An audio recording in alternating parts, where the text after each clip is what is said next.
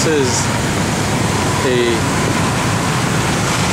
I don't know what you call it, a lighting fixture that they set up just today inside of the moat. This is on water.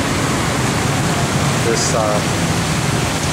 float, literally a float because it's on water. Looks like it's supposed to be a Thai temple.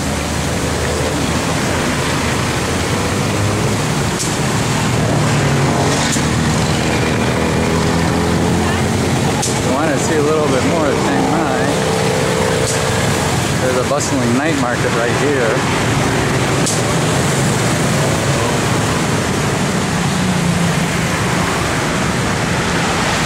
Selling all kinds of good stuff.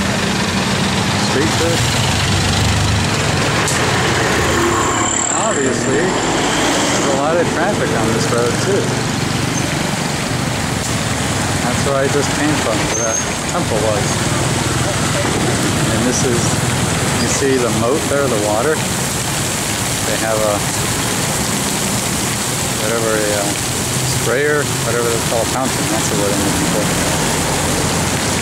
And then back to the float. Cool. Back in a flash.